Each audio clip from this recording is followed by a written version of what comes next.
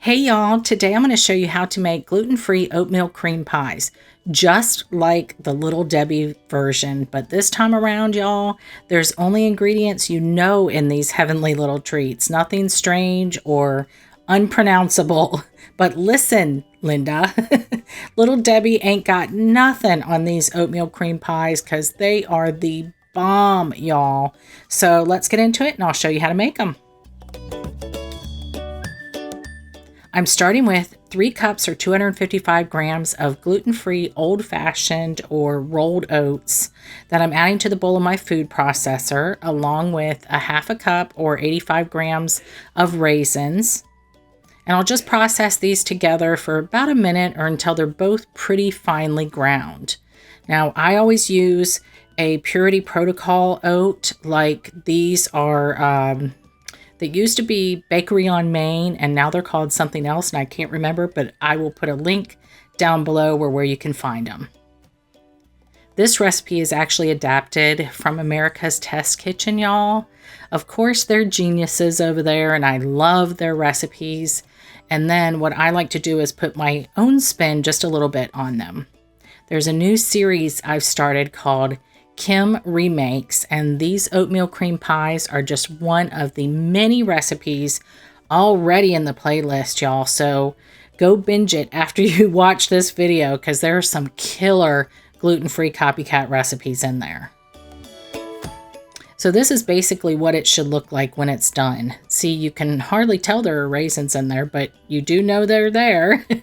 The original oatmeal cream pies actually used raisin paste. So this is like a workaround for raisin paste. Alrighty, I'll set this aside for now and move over to a large bowl.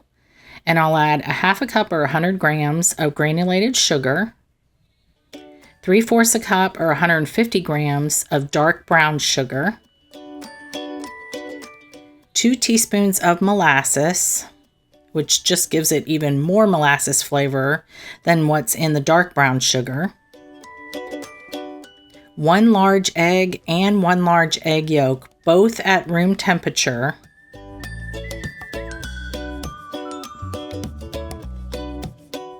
4 tablespoons or 56 grams of melted butter, and a half a cup or 120 grams of vegetable oil, and then 1 teaspoon of vanilla extract, and this is a 1/4 teaspoon of cinnamon and a half a teaspoon, y'all, of unsweetened cocoa powder. Yep, there really is cocoa in the original Little Debbie oatmeal cream pies. ATK didn't add it in, but I felt I wanted to be as true to the original as possible, of course without all those preservatives. So I wanted to add just a little bit. And then I've got 3/4 cup plus 2 tablespoons or 123 grams of Kim's gluten-free all-purpose flour blend. And I'll add to that 1 teaspoon of kosher salt and 3/4 teaspoon of baking soda. And I'll just whisk these together really quick with my little mini whisk here. And then I'll add all of the dry ingredients into the bowl and whisk again. I see there are some little bits of brown sugar that didn't get melted in with the rest. So I'm just gonna smush these around and they'll melt in to the batter here in a minute. Okay, now we can dump all of that oatmeal raisin mixture in, and it's going to get really stiff. So I'm going to switch to my clean hand and really get in there to bring it all together. Because I didn't use quite as much flour as ATK's version, you're going to need to chill this dough for a little bit. So I'll cover this and refrigerate it for 1 hour.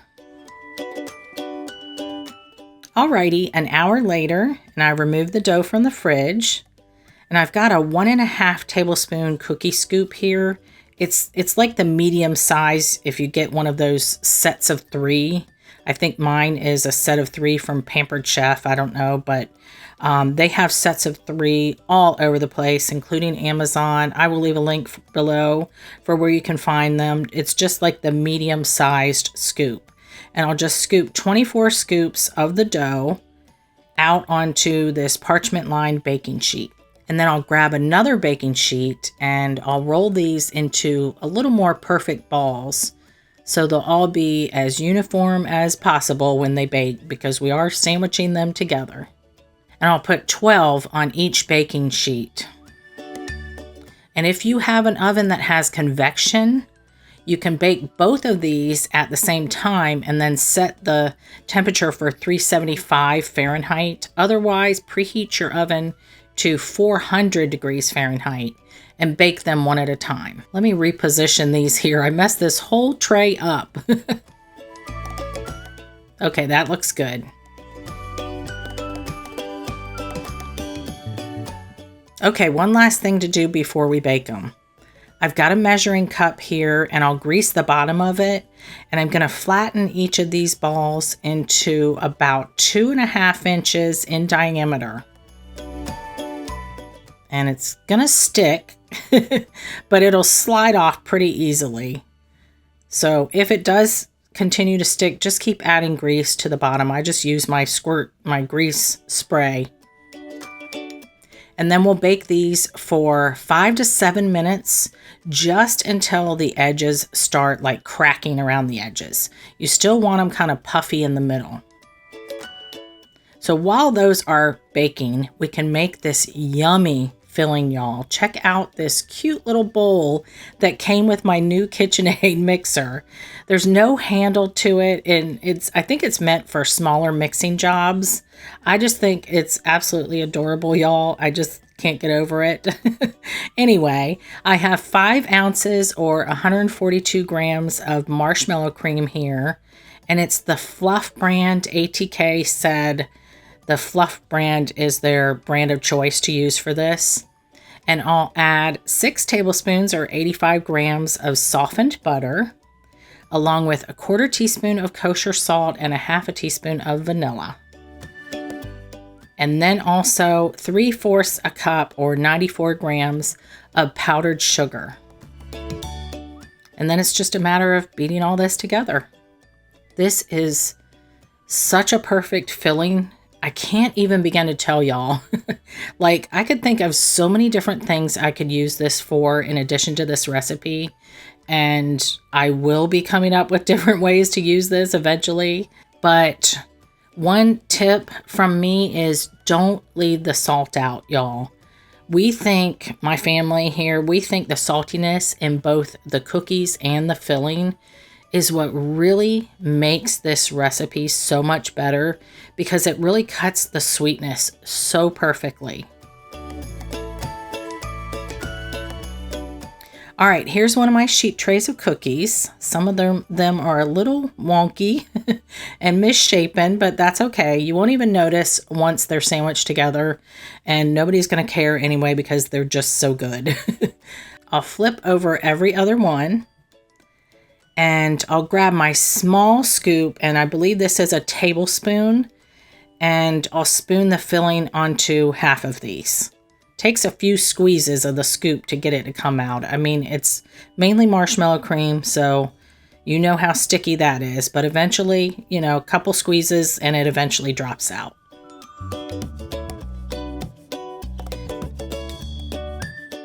And then I'll just take an offset spatula and spread it around to the edges and sandwich them together. That's all there is to it, y'all. If you happen to overbake the cookies slightly, don't worry, it's okay, because they will soften once they sit, especially if you place them in an airtight container. And what'll happen is that filling will help soften them up just a bit. Ask me how I know this. And I had a little bit of filling left over, so this one is kind of a double stuff oatmeal cream pie. So I'll just go ahead and eat it so no one else has to. Bummer, huh? I just put this one together too, y'all. So the filling is extra squishy, but this filling actually sets up so perfectly once they sit for a little while, and it doesn't like ooze out or anything when you go to take a bite.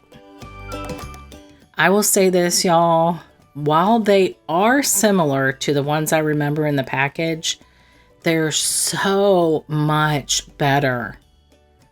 Oh my gosh, the cookie itself is so soft and chewy and like oaty, but it's not too sweet with that perfect amount of saltiness. And that filling, y'all, like I said, I'm going to use it for other things one of these days. It's the best of both worlds, y'all. It's like buttercream meets marshmallow cream. Put one of these in your kids' lunch boxes, y'all, and the other kids will be so jealous. Enjoy.